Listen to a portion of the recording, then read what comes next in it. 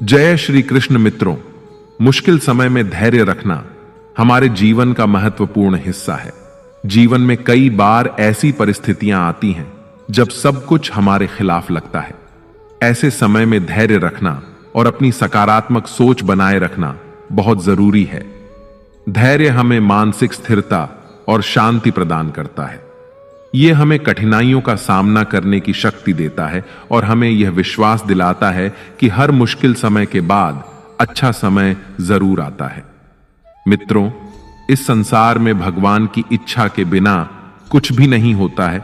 इसलिए सर्वप्रथम मैं आपको हृदय से शुभकामनाएं देना चाहता हूं कि आप बहुत ही भाग्यशाली हैं, क्योंकि आपने भगवान श्री कृष्ण की प्रेरणा से ही श्रीमद् भगवद गीता के बहुमूल्य विचारों के इस वीडियो को देखने का मन बनाया। मुझे पूरा विश्वास है कि इस वीडियो को पूरा अंत तक देखने और शांत मन से इसकी बातों को सुनने और समझने के बाद आपके विचारों और जीवन में बहुत ही सकारात्मक बदलाव आने वाले हैं। जो कोई भी श्रीमद् भगवद गीता की शरण में आकर भगवान श्री कृष्ण द्वारा बताई गई बातों को अपने जीवन में अपनाता है, वह अपने सभी दुखों और कष्टों से मुक्त होकर अपने जीवन में सफलता और आनंद को प्राप्त करता है। दोस्तों, आपको जिंदगी में जो कुछ भी चाहिए या आपकी जो भी समस्या है, आप श्रीमद् भगवद गीता के ये 60 अनमोल वचन ठीक से सुनकर समझ लीजिए। आपकी हर इच्छा पूरी होगी, हर मुश्किल आसान होगी और आपका हर दुख दूर होगा।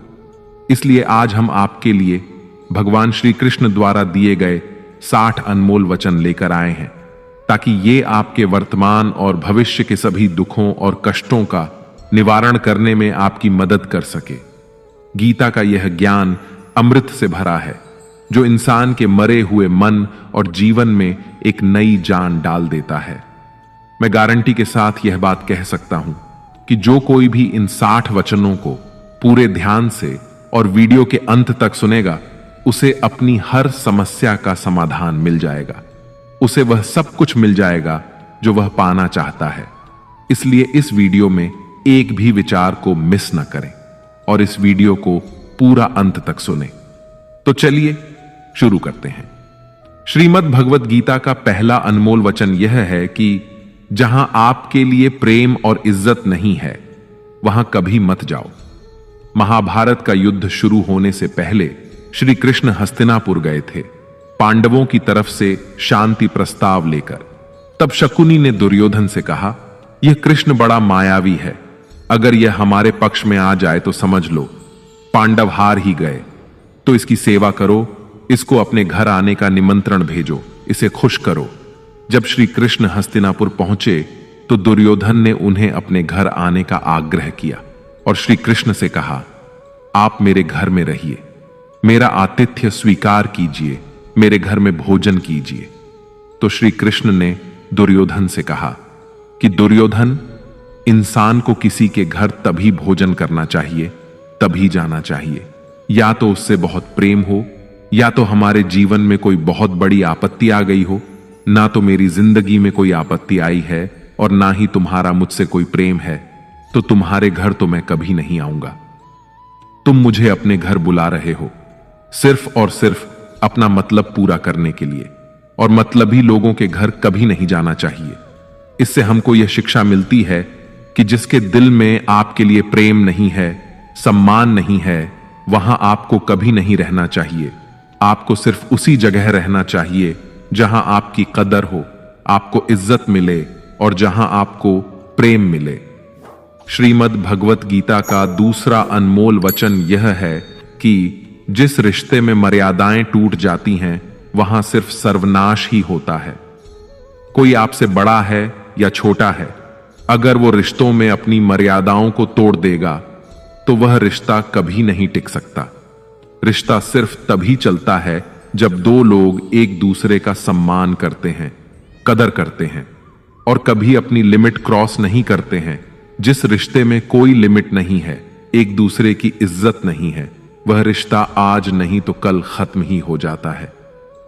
श्रीमद् भगवद गीता का तीसरा अनमोल वचन यह है कि इंसान के दुख का सबसे बड़ा कारण है उसका मोह।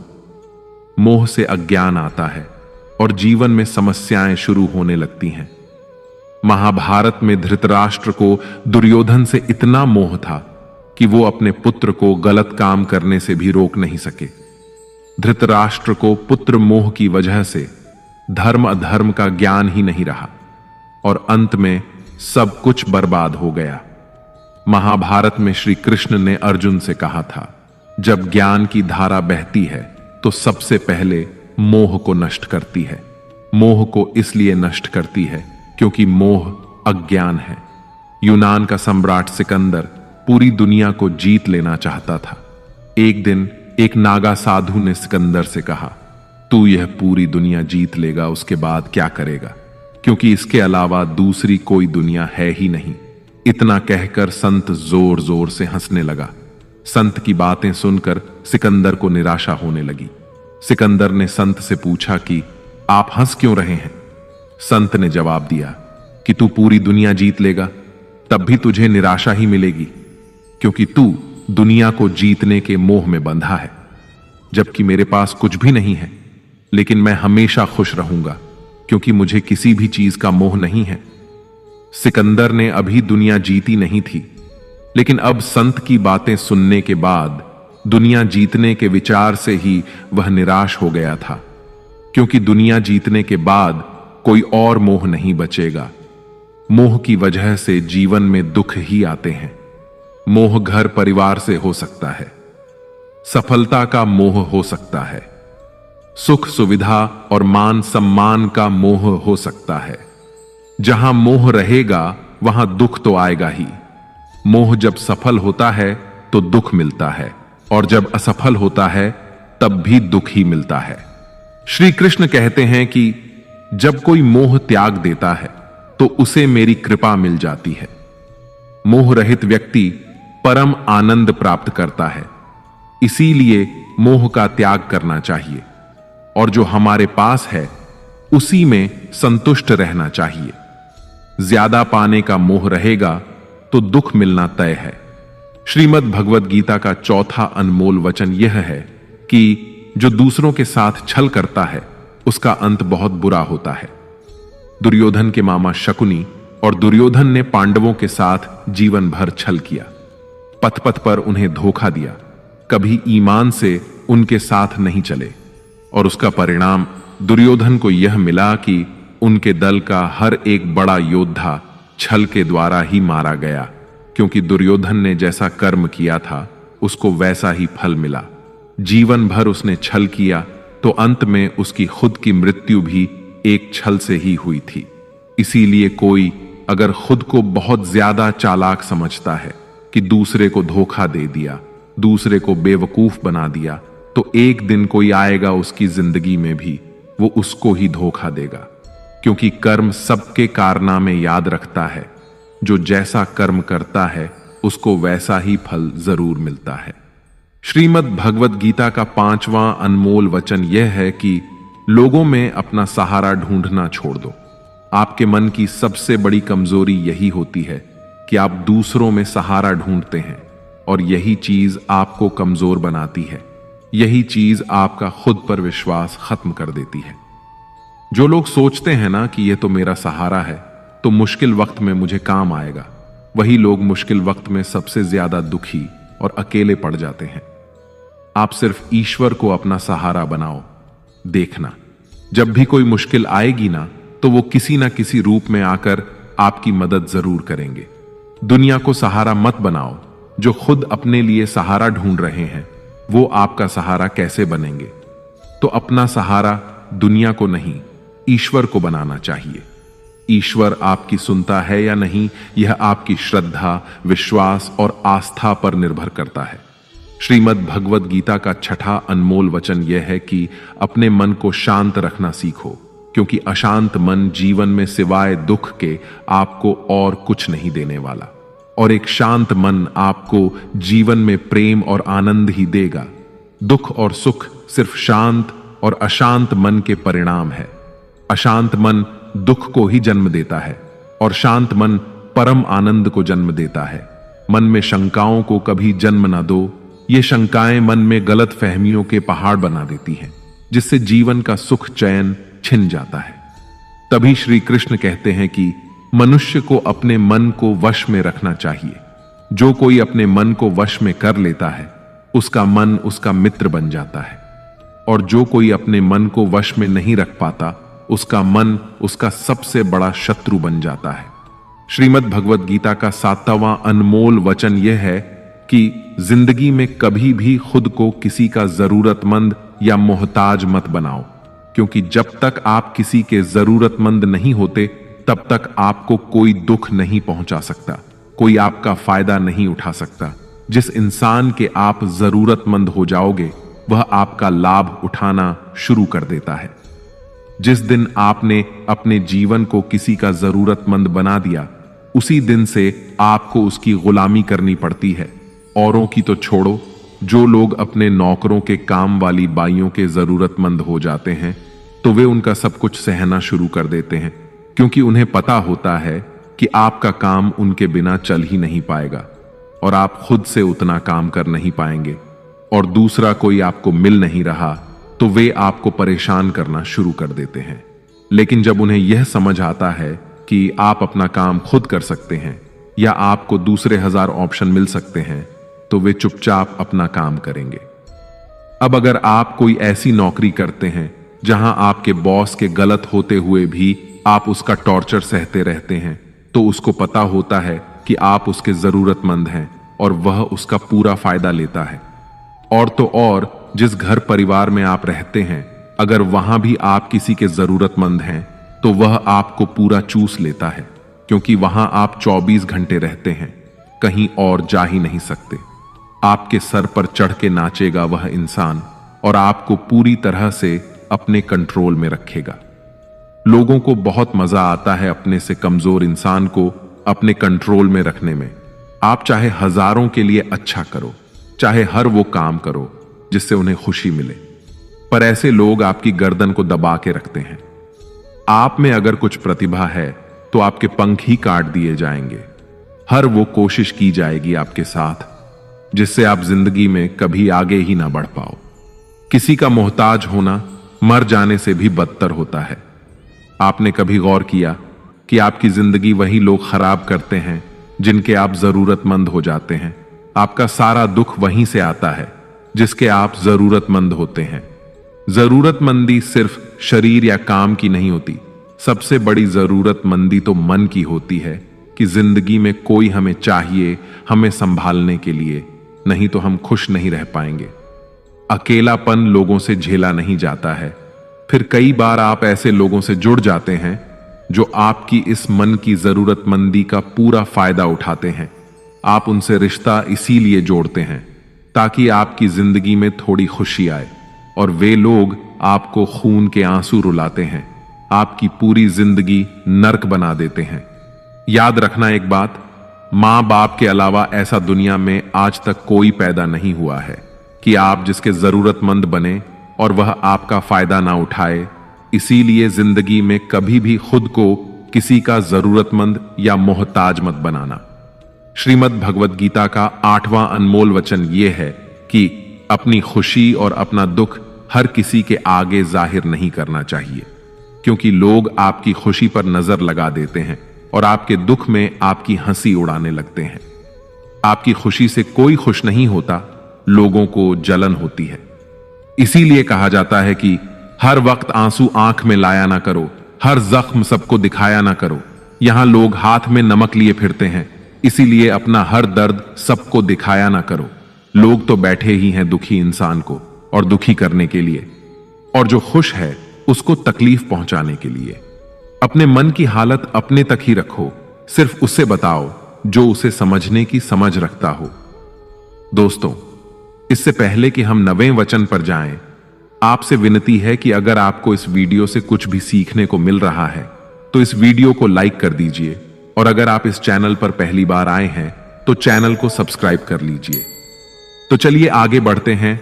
श्रीमद् भगवद गीता का 9वां अनमोल वचन यह है कि जीवन में जो कुछ भी होता है वह अंततः अच्छे के लिए होता है, चाहे वह वर्तमान हो, भविष्य हो या अतीत हो।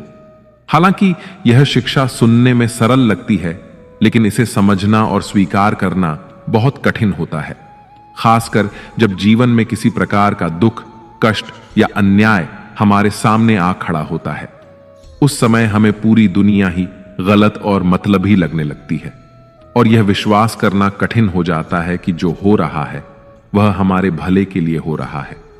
जब जीवन में किसी अपने से हमें चोट पहुंचती है या हमारे साथ कुछ अनुचित होता है तो हमें लगता है कि हमारी दुनिया टूट गई है, परंतु सच यह है कि यही कष्ट हमें और भी अधिक मजबूत और लायक बनाते हैं। ये कठिनाइयां हमें जीवन के सत्य से रूबरू कराती हैं और हमें यह दिखाती हैं कि कौन हमारा सच्चा मित्र है और कौन नहीं। यह स्थिति उस बच्चे की तरह होती है जिसे उसकी मां कड़वी दवाई पिलाती है। बच्चे को वह दवाई बिल्कुल पसंद नहीं आती, लेकिन वह दवा ही उसकी बीमारी को खत्म करती है। ठीक वैसे ही जीवन के कठिन अनुभव हमें विकसित करते हैं, भले ही उस वक्त वह अनुभव कड़वा क्यों न लगे। वास्तव में हम उसी को सच मानकर जीते हैं जितना हमारी समझ है और जितना हमें दिखाया या बताया गया है। लेकिन सच्चाई तब तक पूरी तरह समझ में नहीं आती जब तक हम खुद उस दुख से नहीं गुजरते। यह शिक्षा हमें यह समझने में मदद करती है कि जीवन की हर घटना, चाहे वह सुखद हो या दुखद, किसी न किसी उद्देश्य के साथ आती है और उस उद्देश्य को समझने के लिए हमें धैर्य और विश्वास बनाए रखना चाहिए। श्रीमद् भगवद गीता का 10वां अनमोल वचन यह है कि जो आपके साथ अधर्म करे, पाप करे, गलत करे, उसे दंड जरूर देना चाहिए। किसी के अत्याचार को सहन नहीं करना चाहिए। अगर आप उसे सहते हैं तो वह आपके साथ और गलत करता रहेगा। अगर आप उसे सहते हैं तो उसके पाप में आप भी भागीदार हो जाएंगे।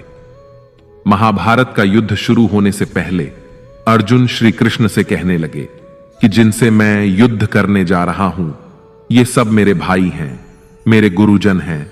मैं इनके सामने कैसे हथियार उठाऊं, इनको कैसे मारूं?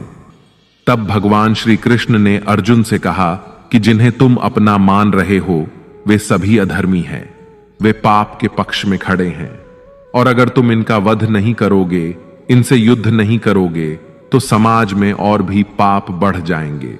क्योंकि जब कोई ऐसे पापियों को नहीं रोकता है तो ये और भी ज्यादा पाप करते हैं। ऐसे ही जब आपके साथ कोई गलत करता है, आपको चोट पहुंचाता है, दुख पहुंचाता है, और वही आप चुपचाप रहते हैं, तो उससे सामने वाले का मनोबल और बढ़ जाता है। वह आपको कमजोर समझने लगता है और आपके साथ गलत करने को वह अपना हक समझने लगता है। लेकिन जब आप उसके गलत व्यवहार को, उसके अधर्म को रोक लेते हैं, उसका विरोध करते हैं, तब वह अपनी सीमा में रहना सीख जाता है। और ये कलयुग है। अगर इस जमाने में आपको खुश रहना है तो आपको अपनी रक्षा खुद ही करनी होगी। कोई आपके साथ गलत करे तो उसको कभी नहीं सहना चाहिए, बल्कि उसका सामना करना चाहिए। श्रीमद् भगवद गीता का 11वां अनमोल वचन यह है कि मनुष्य के जीवन में 3 मुख्य अवस्थाएं होती हैं: बचपन, जवानी और बुढ़ापा। इसके बाद शरीर समाप्त हो जाता है, लेकिन आत्मा अमर रहती है और पुनः जन्म लेती है। जब तक मनुष्य अपने मन की इच्छाओं और वासनाओं से मुक्त नहीं हो जाता, तब तक आत्मा को मोक्ष नहीं मिलता और उसका पुनर्जन्म होता रहता है। जीवन में इच्छाएं और वासना जितनी अधिक होंगी, खुशियां उतनी ही कम होती जाएंगी। यदि आप जीवन में खुश नहीं हैं, तो इसका कारण आपकी मन में भरी इच्छाएं और वासनाएं हैं। इंसान तभी सच्ची खुशी पा सकता है जब वह अपनी इच्छाओं को नियंत्रित करना सीख लेता है। इसे एक सरल गणितीय उदाहरण से समझा जा सकता है। मान लीजिए कि आपके जीवन में 100 खुशियां हैं और 10 इच्छाएं हैं, तो आपकी खुशी 90% रह जाती है। अगर आपकी 50 इच्छाएं हैं तो आपकी खुशियां आधी हो जाती हैं, और अगर आपकी 100 इच्छाएं हैं तो आपकी खुशी 0 हो जाती है। जब इच्छाओं की संख्या 100 से भी अधिक हो जाती है तो आपकी खुशी नकारात्मक हो जाती है, यानी आपकी खुशियां दुख में बदलने लगती हैं। इस शिक्षा का सार यही है कि जितनी आप अपनी इच्छाओं को कम करेंगे, उतनी ही आपकी खुशियां बढ़ेंगी, और अगर आप अपनी इच्छाओं को बढ़ाते रहेंगे तो दुख अपने आप आपके जीवन में प्रवेश कर जाएगा। इसलिए खुश रहना है तो इच्छाओं को कम करना सीखिए और अपने मन को नियंत्रित करके सच्ची संतोष प्राप्त कीजिए। श्रीमद् भगवद गीता का 12वां अनमोल वचन यह है कि जिंदगी में धोखा अपने ही देते हैं, क्योंकि उनको आपकी कमजोरियों का पता होता है। बाहर वाला आपको धोखा नहीं दे सकता, क्योंकि उसको आपके बारे में पता ही नहीं है कि आपको चोट कहां पहुंचानी है। लेकिन जो आपका अपना है, आपका खास है, उसे बहुत गहराइयों से पता होता है कि आपकी कमजोरी क्या है। ऐसा क्या करें जिससे इसको दर्द पहुंचाया जा सके, जिससे इसको हम नीचा दिखा सकते हैं, इसको चोट पहुंचा सकते हैं। यह कलयुग है, इसमें बाहर वालों से नहीं, जो हमारे अपने हैं ना, उनसे ही सावधान रहना होता है। महाभारत का युद्ध 2 अलग अलग राज्यों में नहीं हुआ था, बल्कि एक ही परिवार के भाइयों में हुआ था। सभी आपस में एक ही वंश के लोग थे। कितनी बार दुर्योधन ने जहर देकर भीम को मारना चाहा। ना जाने कितनी बार दुर्योधन ने पांडवों को जान से मारने की कोशिश की। वह उनका कोई पराया नहीं था, बल्कि उनका भाई ही था। सारी लड़ाइयां घर के अंदर ही होती हैं, बाहर कौन लड़ेगा हमसे। घर में ही सारे झगड़े होते हैं। तो आपको चोट सिर्फ वही लोग पहुंचा सकते हैं जो आपके अपने हैं। आपको धोखा सिर्फ वही लोग दे सकते हैं जो आपके अपने हैं। श्रीमद् भगवद गीता का 13वां अनमोल वचन यह है कि सत्य और ईश्वर की शक्ति के साथ खड़े व्यक्ति को संसार की कोई भी ताकत परास्त नहीं कर सकती, चाहे पूरी दुनिया ही उसके खिलाफ क्यों ना हो। लेकिन अंत में विजय उसी की होती है। गीता में कुल 700 श्लोक और 18 अध्याय हैं, और इसका अंतिम श्लोक यह कहता है, जहां योगेश्वर कृष्ण और धनुर्धर अर्जुन हैं, वहीं विजय, समृद्धि, नीति और दृढ़ संकल्प है। धृतराष्ट्र बार बार संजय से पूछते थे कि युद्ध में कौन जीत रहा है और कौन हार रहा है, क्योंकि उनका विश्वास था कि उनके पक्ष में भीष्म पितामह, गुरु द्रोणाचार्य और कर्ण जैसे महाबली खड़े हैं। उन्हें लगता था कि ऐसी शक्ति के साथ उनकी हार संभव नहीं है। लेकिन संजय ने उन्हें बताया कि जहां ईश्वर यानी श्री कृष्ण खड़े होते हैं, वहां शक्ति का अर्थ नहीं होता। सत्य और धर्म की जीत निश्चित होती है, चाहे किसी के पास कितनी भी शक्ति क्यों ना हो। यदि ईश्वर और सत्य किसी के साथ खड़े हैं, तो उसे पराजित करना असंभव है। श्रीमद् भगवद गीता का 14वां अनमोल वचन यह है कि कभी मत सोचिए कि आत्मा के लिए कुछ भी असंभव है। ऐसा सोचना सबसे बड़ा अधर्म है। यह कहना कि तुम निर्बल हो, यह स्वयं के प्रति सबसे बड़ा पाप है। हम वो है जो हमारी सोच ने हमें बनाया है, इसलिए इस बात का ध्यान रखिए कि आप क्या सोचते हैं। भय और अधूरी इच्छाएं समस्त दुखों का मूल है। पुराने समय की बात है, एक राजा था। एक दिन उसके गुप्तचरों ने सूचना दी कि पड़ोसी राज्य हम पर हमला करने वाला है। गुप्तचरों ने बताया कि खबर एकदम पक्की है। सिर्फ 3 दिनों के भीतर पड़ोसी राज्य अपनी विशाल सेना के साथ हम पर हमला कर देगा, और उनकी सेना इतनी बड़ी है कि उनका सामना करना बहुत मुश्किल है। राजा बेहद चिंतित हो गया, परेशान हो गया। राजा ने तुरंत सभा बुलाई और सभी लोगों से सलाह मांगी कि अब हम लोगों का मरना तय है। अगर किसी व्यक्ति के पास कोई सुझाव या युक्ति है तो वह बता सकते हैं।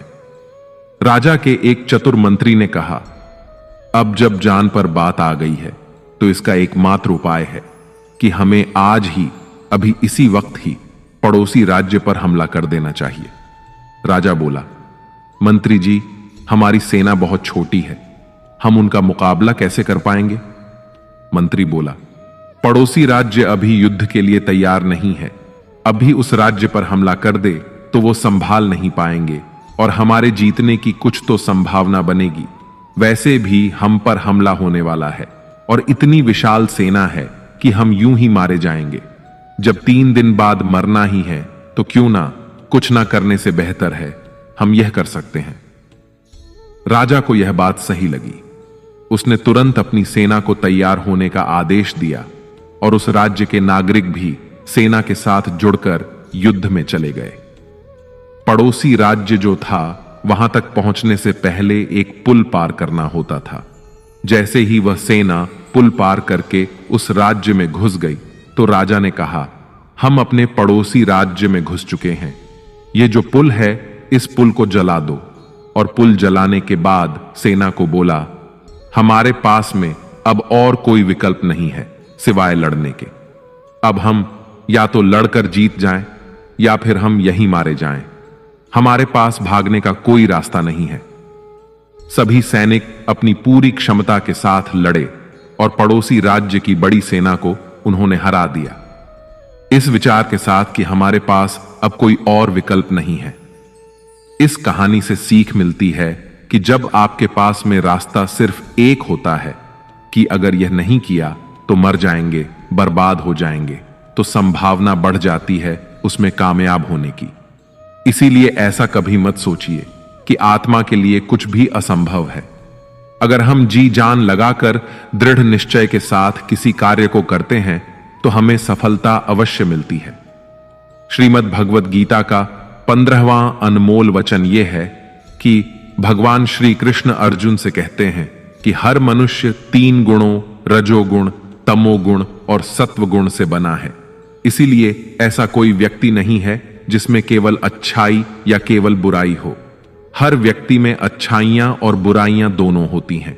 यदि आप चाहें तो आप सबसे अच्छे इंसान में भी बुराई ढूंढ सकते हैं और यदि चाहें तो सबसे बुरे इंसान में भी अच्छाई देख सकते हैं। इसलिए यदि आपको लगता है कि आपके भीतर कुछ कमियां हैं और इसी कारण आप जीवन में आगे नहीं बढ़ पा रहे हैं तो यह आपकी सबसे बड़ी गलतफहमी है।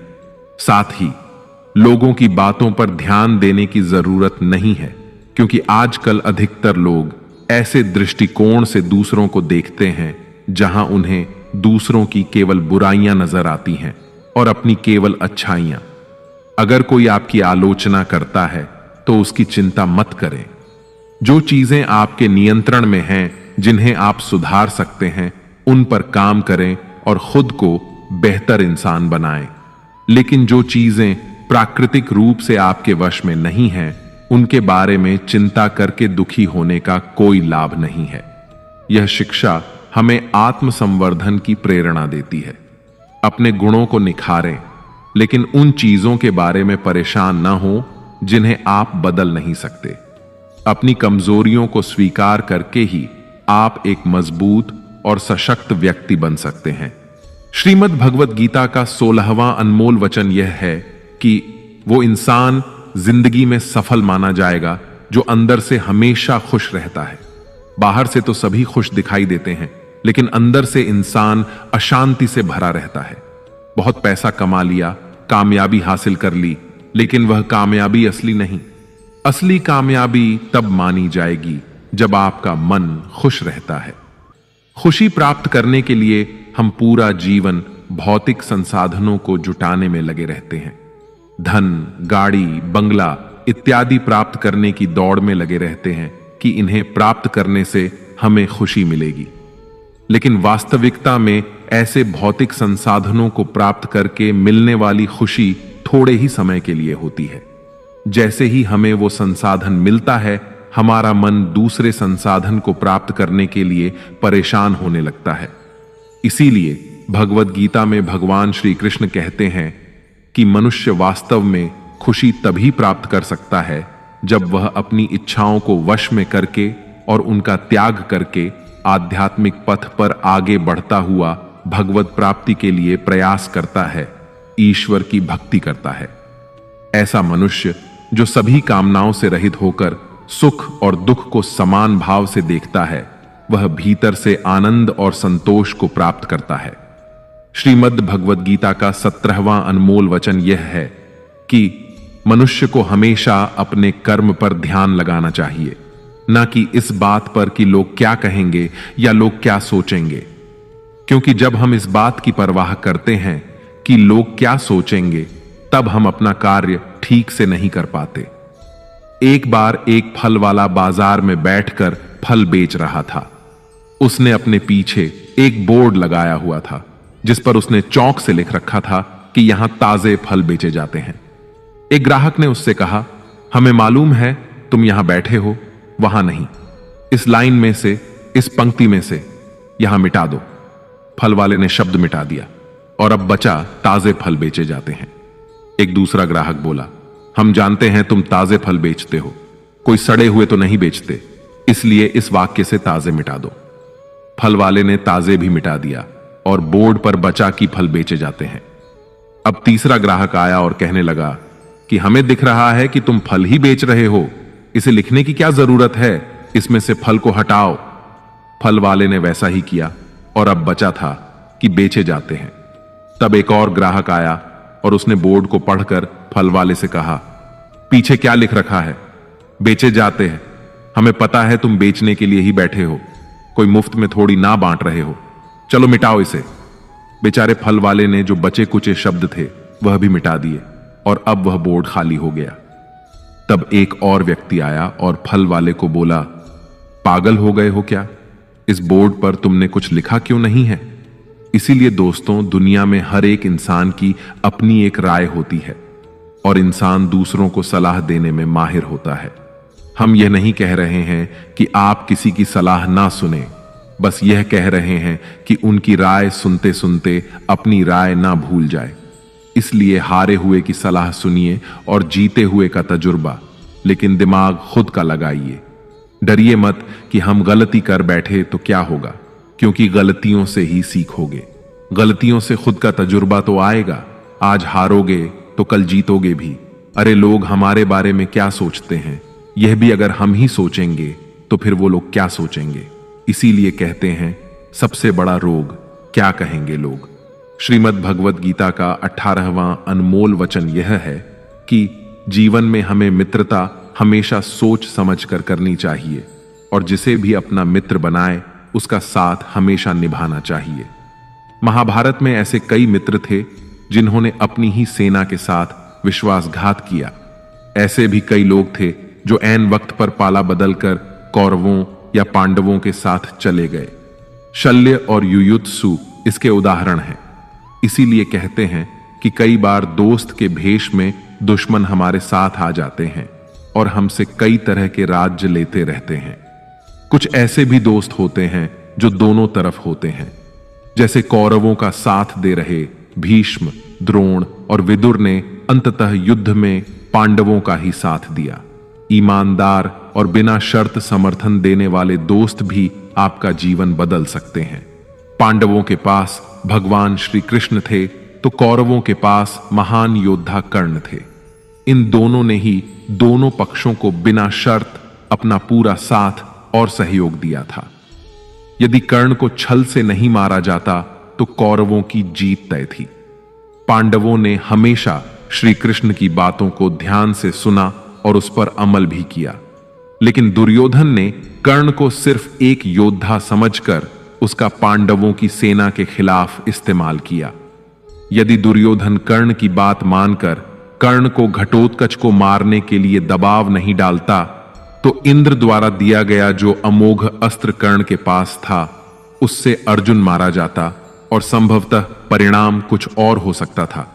इसलिए मित्रता करने के साथ साथ मित्रता निभाने में भी ईमानदारी का परिचय देना चाहिए।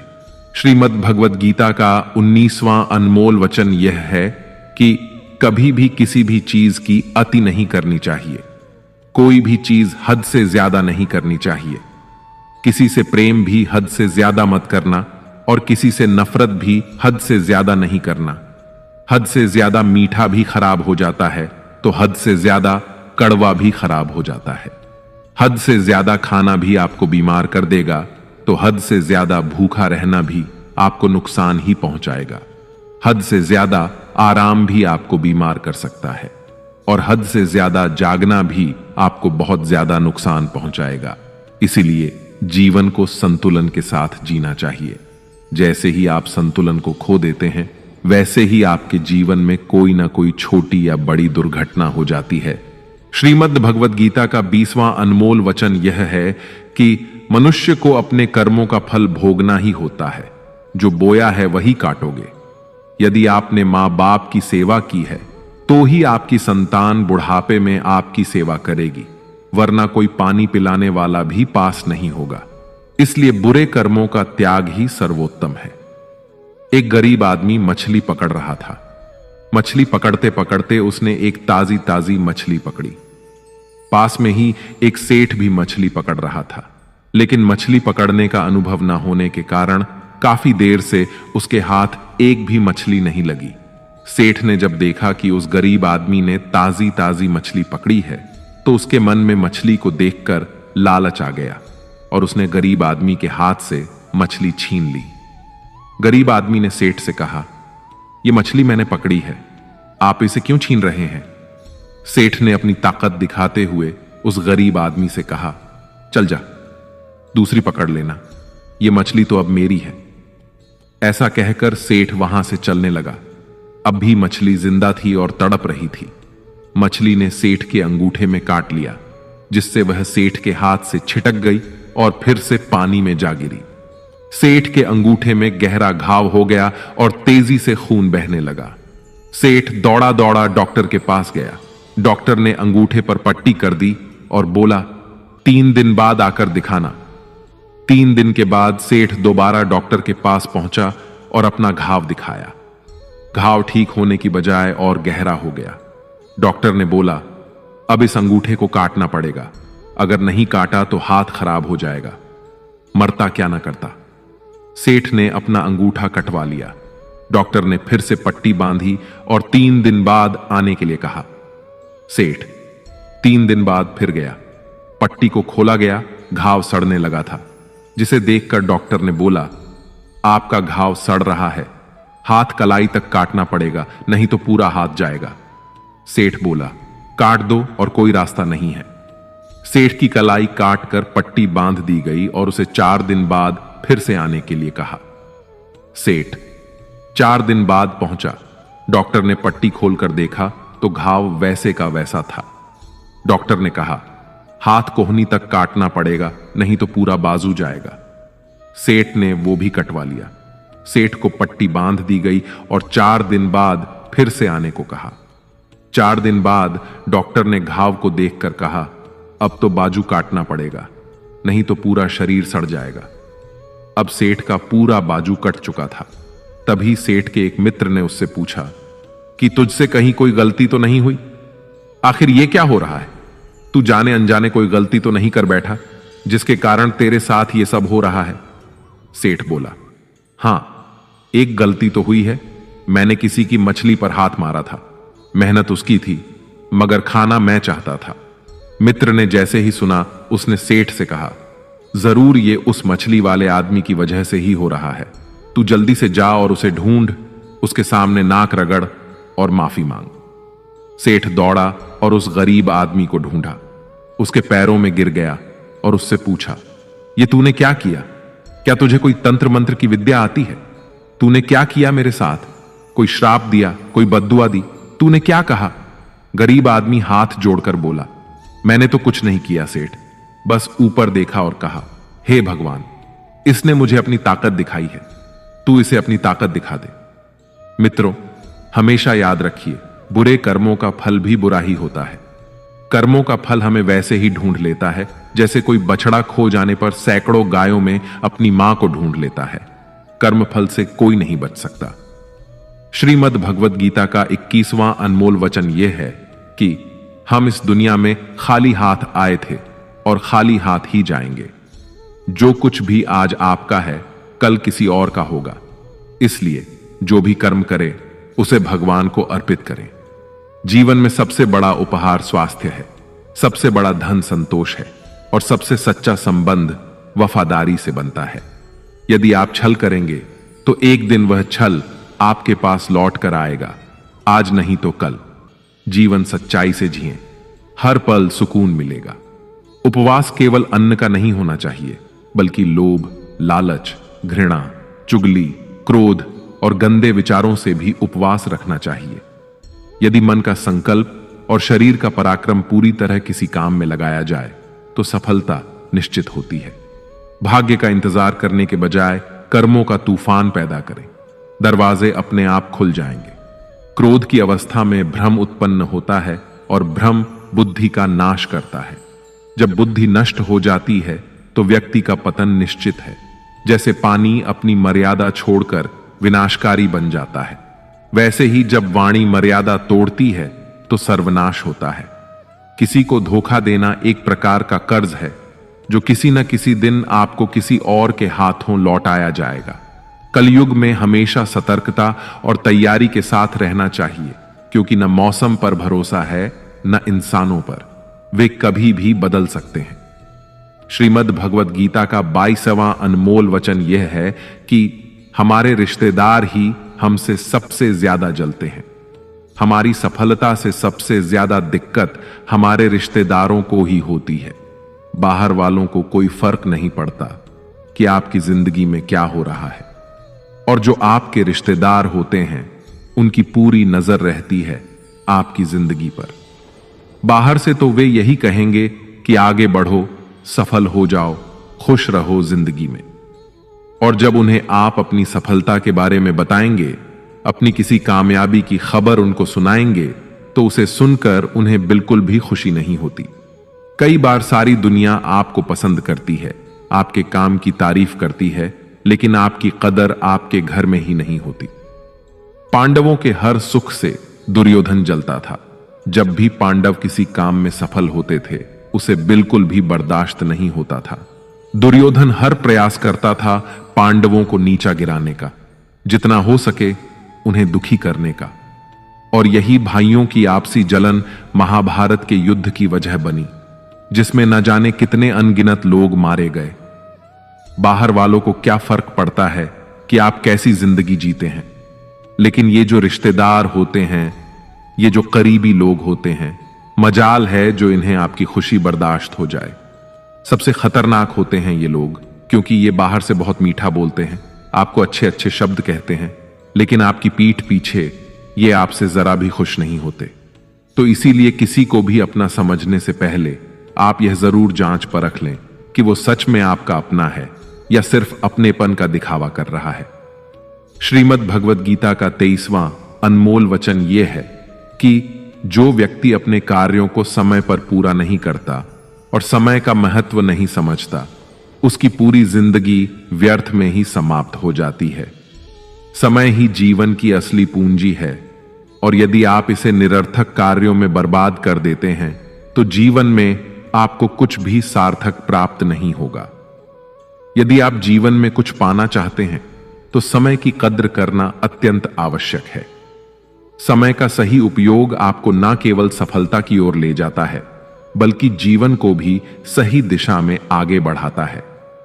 समय बीतने पर लौट कर नहीं आता, इसलिए हमें इसका सदुपयोग करते हुए अपने लक्ष्यों को पूरा करने के लिए निरंतर प्रयास करना चाहिए। श्रीमद् भगवद गीता का 24वां अनमोल वचन यह है कि डर धारण करने से भविष्य के दुख का निवारण नहीं होता है। डर से तो चिंताएं ही बढ़ती हैं, जो मन का सुख चैन सभी छीन लेती है। किसका डर है तुम्हें? कौन तुम्हें मार सकता है? तुम शरीर नहीं हो। शरीर तो तुम्हारा मात्र एक साधन है अपने कर्मों को सिद्ध करने का।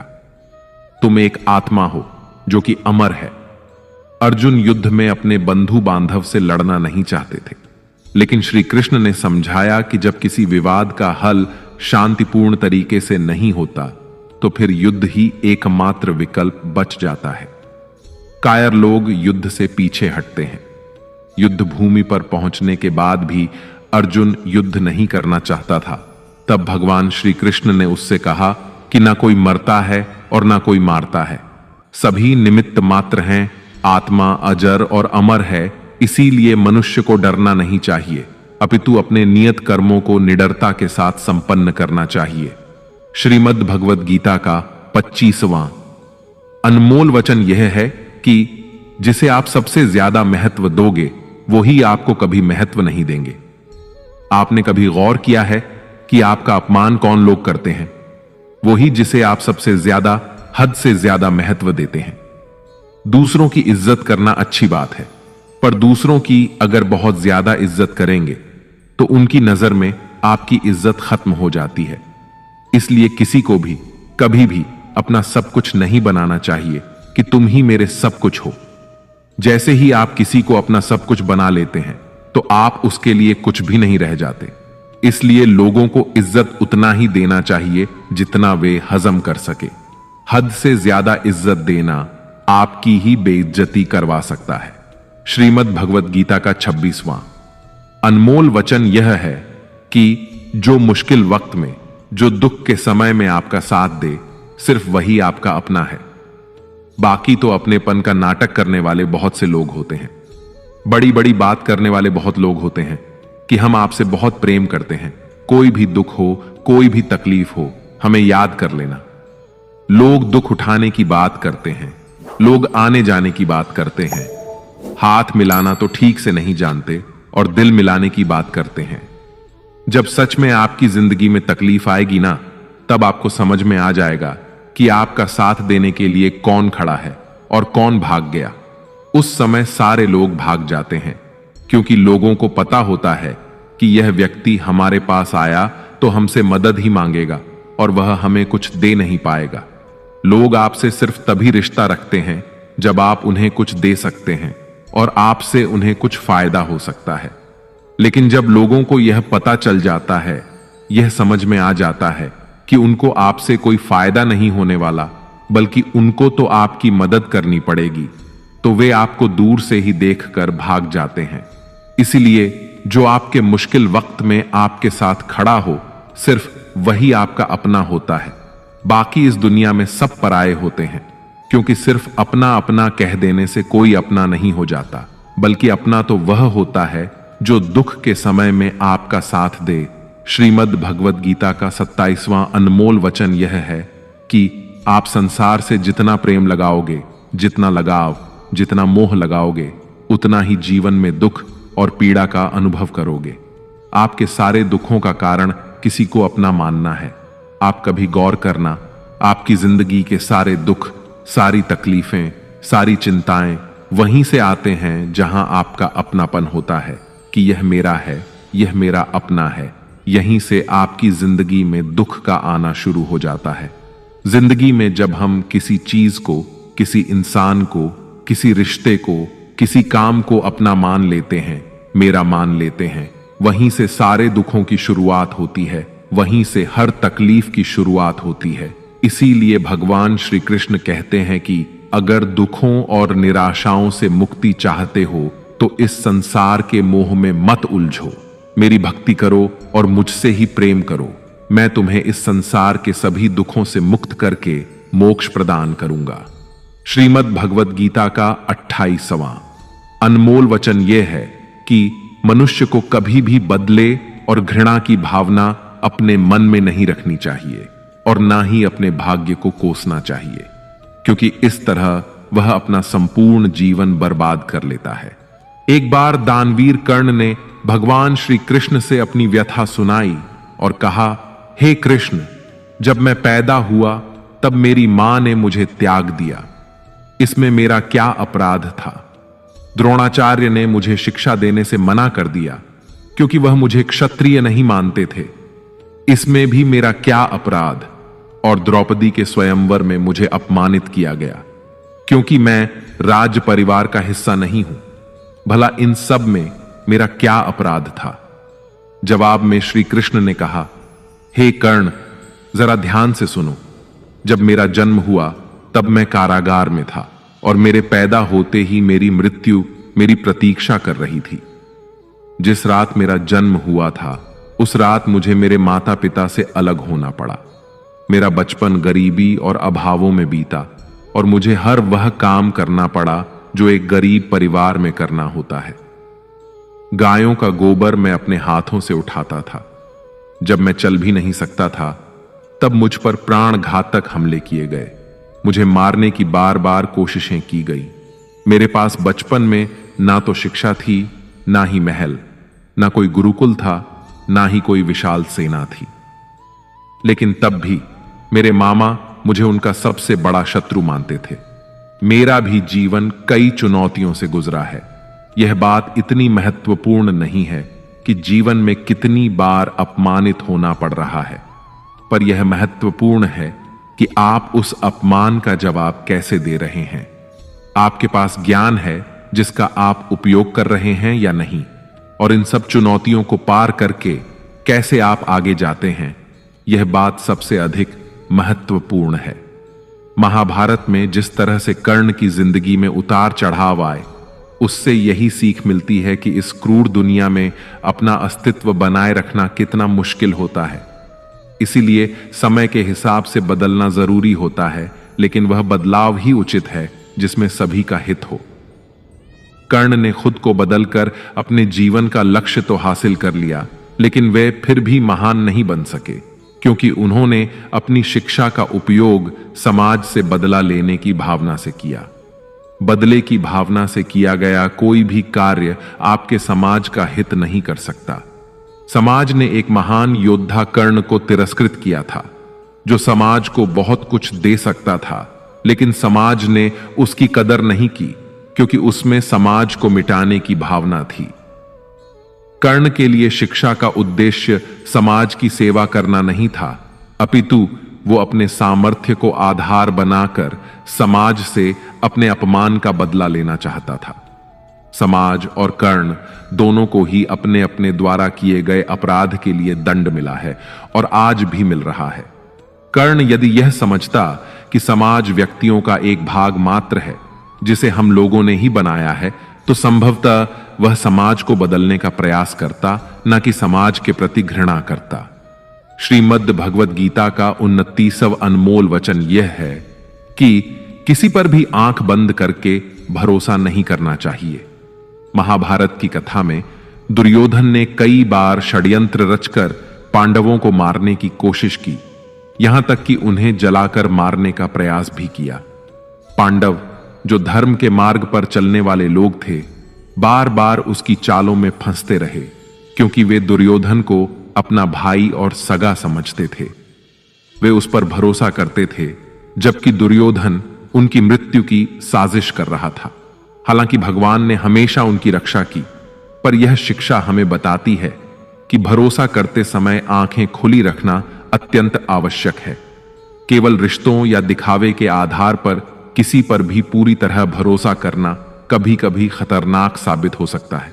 इसलिए चाहे वह संबंध कितना ही नजदीकी क्यों ना हो, हमें सच्चाई को समझने और सतर्क रहने की जरूरत है।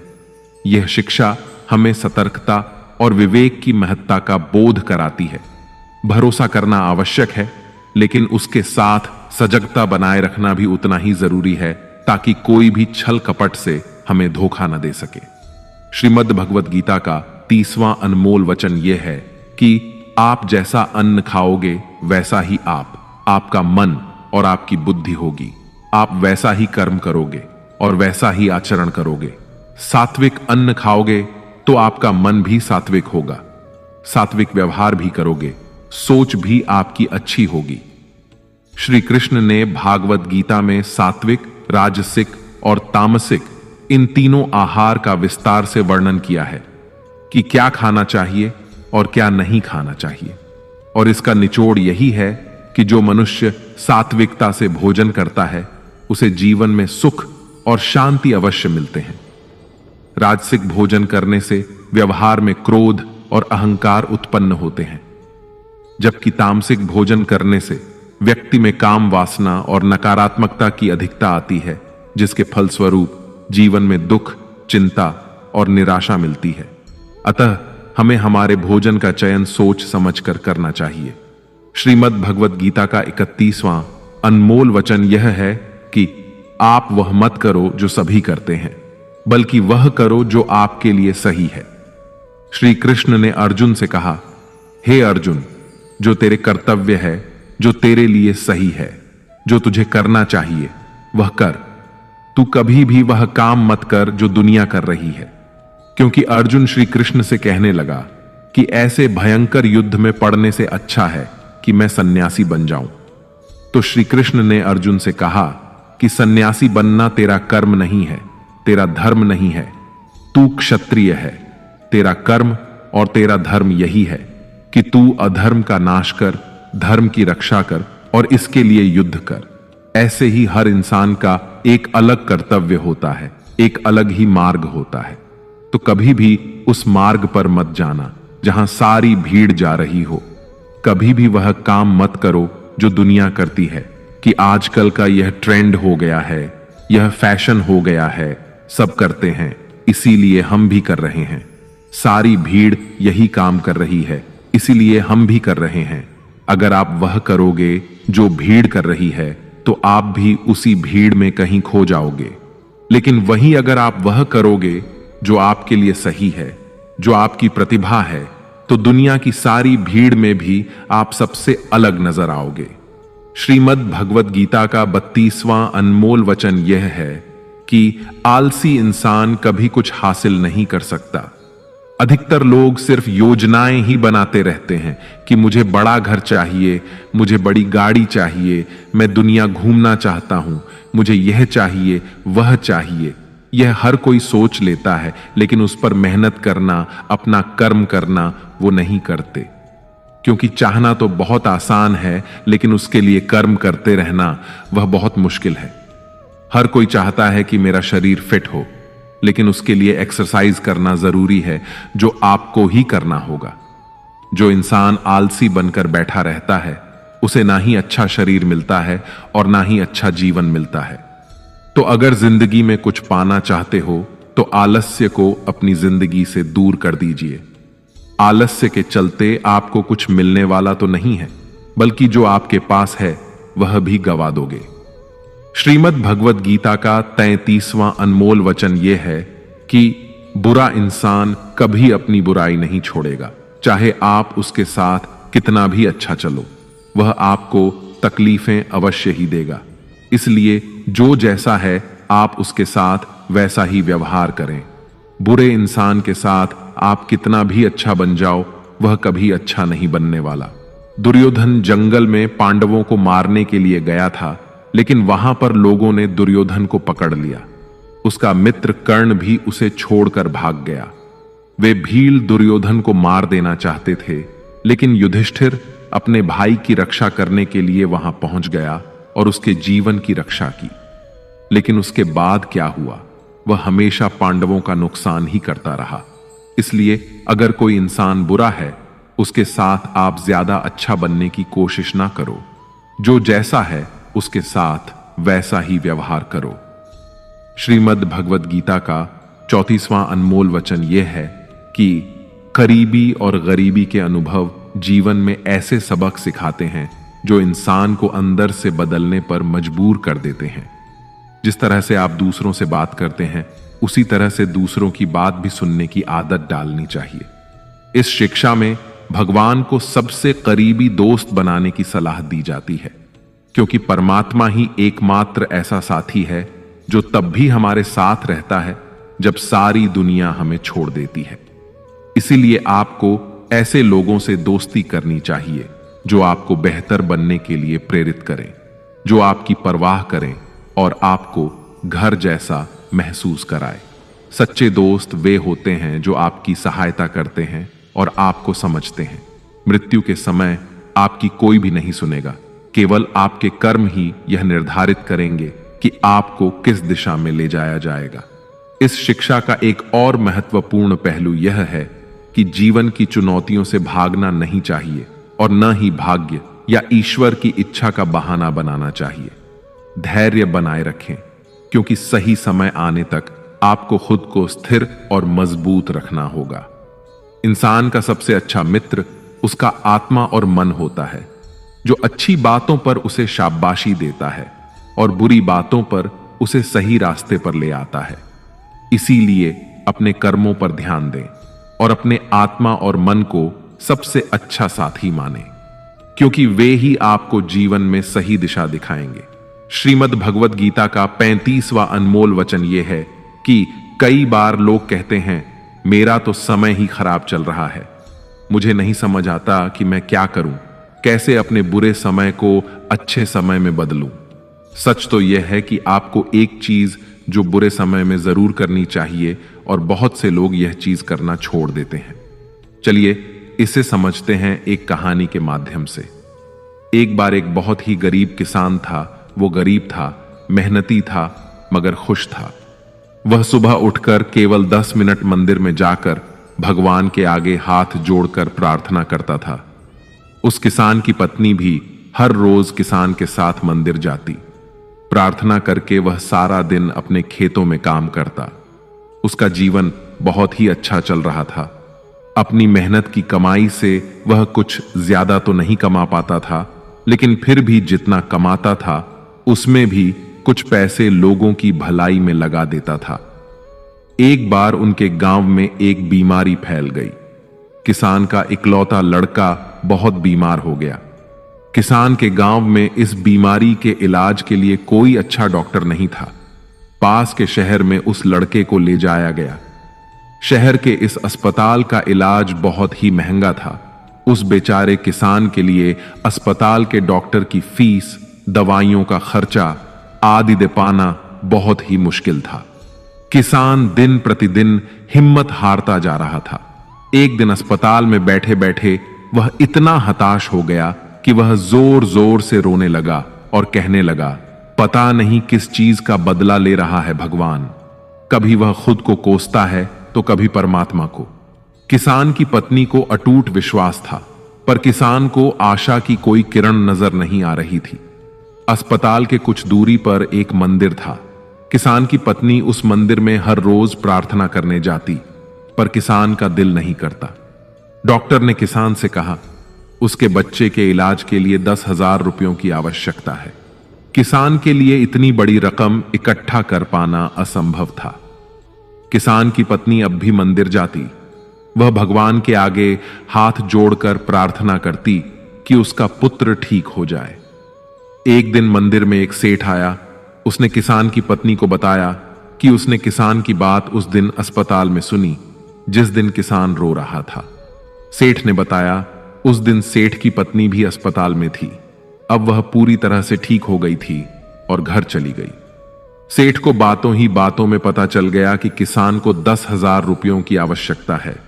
तो सेठ ने तुरंत अपनी जेब से पैसा निकाल कर देते हुए कहा, उसके पास इस समय 10,000 रुपए ही हैं, जिसे वह रख ले। साथ में सेठ जी ने कागज पर अपना पता लिखते हुए कहा, अगर उनको और पैसों की आवश्यकता हो तो वे बेझिझक मांग लें। किसान की पत्नी ने उत्तर दिया, इस कागज की कोई आवश्यकता नहीं है। वो जानती है कि ये पैसे उसको किसने भी की प्राप्ति नहीं हो जाती, यानी जब तक कर्म करने वाला अपने कर्म के परिणामों को पूर्ण रूप से भोग ना ले। किसी को समय से पहले और भाग्य से अधिक नहीं मिल पाता। श्रीमद् भगवद गीता का 36वां अनमोल वचन यह है कि अध्यात्म से जुड़े। एक आध्यात्मिक ज्ञान ही जीवन को सुकून की तरफ ले जा सकता है। आध्यात्मिक ज्ञान आपको मानसिक और आत्मिक रूप से मजबूत बनाएगा। इसलिए ईश्वर पर विश्वास करें और ईश्वर द्वारा प्रदान की गई शिक्षाओं का पालन करें। लोगों की बातों पर जितना ध्यान देंगे उतना ही आपका खुद पर से विश्वास कम होता जाएगा। इसलिए खुद पर विश्वास कर खुद के दम पर आगे बढ़ो और स्वयं ही अपना मार्ग तय करो। जीवन में किसी भी पल कुछ भी हो सकता है। जीवन सीमित है, समय व्यर्थ मत करो। बुरे अतीत को याद करके दुखी होने से अच्छा है कि उससे सीख लो और अपने वर्तमान को सुधार कर एक बेहतर भविष्य का निर्माण करो। कर्म करो और ईश्वर पर भरोसा रखो। क्या होगा क्या नहीं, यह ईश्वर पर छोड़ दें। जितना अधिक पुरुषार्थ करोगे, स्वर्ग का मार्ग उतना ही सरल होगा। स्वयं को ईश्वर के चरणों में सौंप दो। नित्य अच्छे कर्म करो और लोगों की भलाई करो और उन्हें सही राह दिखाओ। एक ज्ञानवान व्यक्ति कभी भी कामुक सुख में आनंद नहीं लेता। इसलिए ज्ञानी व्यक्ति, जो हो गया वह अच्छा हुआ, जो हो रहा है वह अच्छा हो रहा है और जो होगा वह भी अच्छा ही होगा, इसी पर अडिग विश्वास करता है। वेद पुराण पढ़ने का कोई लाभ ही नहीं जब तक उसमें कही बातों को अपने जीवन में अनुकरण न करें, उनका पालन न करें। रावण बुद्धिमान अवश्य था, किंतु ज्ञानी नहीं। उसकी अज्ञानता ने उसे क्रोधी, कामुक और अहंकारी बना दिया, जो उसकी मृत्यु का सबसे बड़ा कारण बना। श्री कृष्ण कहते हैं, मैं सभी प्राणियों को एक समान रूप से देखता हूं। मेरे लिए ना कोई कम प्रिय है और ना ही अधिक। वह ज्ञान व्यर्थ है जो सिर्फ तुम तक ही सीमित है। उस ज्ञान का कोई लाभ नहीं जिससे समाज एवं जगत का कल्याण ना किया जा सके। तुम क्यों व्यर्थ में चिंता करते हो? तुम क्यों भयभीत होते हो? कौन तुम्हें मार सकता है? आत्मा ना कभी जन्म लेता है और ना ही इसे कोई मार सकता है।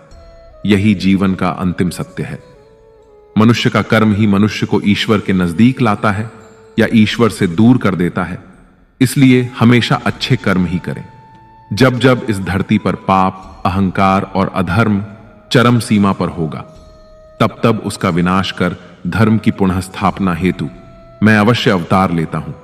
जो दान कर्तव्य समझकर बिना किसी सोच के किसी जरूरतमंद व्यक्ति को दिया जाए, वह दान सात्विक माना जाता है। जिसने मन को जीत लिया है, उसने पहले ही परमात्मा को प्राप्त कर लिया है, क्योंकि उसने शांति प्राप्त कर ली है। ऐसे मनुष्य के मन पर सुख, दुख, सर्दी, गर्मी और मान अपमान का कोई फर्क ही नहीं पड़ेगा। जो विद्वान होते हैं वह ना तो जीवन के लिए और ना ही मृत्यु के लिए शोक करते हैं। अपने कर्तव्यों को पूरी निष्ठा से, ईमानदारी के साथ निभाना और धर्म का पालन करना भी बड़े तप के समान होता है। श्रीमद् भगवद गीता का 37वां अनमोल वचन यह है कि जब भी जिंदगी में खुद को अकेला महसूस करो, तब इस सच्चाई को ठीक से समझ लेना कि आप दुनिया में अकेले ही आए थे और अकेले ही जाओगे। वास्तविकता में यहां कोई आपका अपना नहीं है। एक दिन तो जो मां बाप हमें जन्म देते हैं, वह भी हमें अकेला छोड़ के चले जाते हैं। तो औरों से तो उम्मीद ही क्या करना। यदि कोई आपका साथ छोड़ दे तो याद रखना कि वो ईश्वर सदा आपके साथ है। वह कभी आपका साथ नहीं छोड़ता। गीता में श्री कृष्ण ने अर्जुन से कहा, चाहे कोई मनुष्य मुझे माने या ना माने, लेकिन मैं इंसान का साथ कभी नहीं छोड़ता, क्योंकि ये सब मेरी ही संतानें हैं। इंसान को ईश्वर का ही अंश कहा गया है, इसलिए मनुष्य को ईश्वर की संतान कहा जाता है। इसीलिए आपको अकेलेपन से कभी दुखी नहीं होना चाहिए, कभी डरना नहीं चाहिए, बल्कि किसी गलत इंसान के साथ रहने से डरना चाहिए। एक कहावत है कि something is better than nothing, यानी कुछ होना कुछ नहीं होने से कई गुना बेहतर है। लेकिन एक और कहावत है कि nothing is better than nonsense. इसलिए नॉनसेंस लोगों के साथ रहने से अच्छा है आप अकेले ही रहो।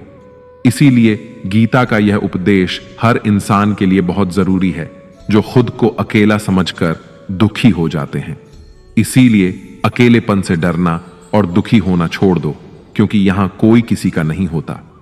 श्रीमद् भगवद गीता का 38वां अनमोल वचन यह है कि कभी भी अपने धन, अपने पद और बल का अभिमान नहीं करना चाहिए।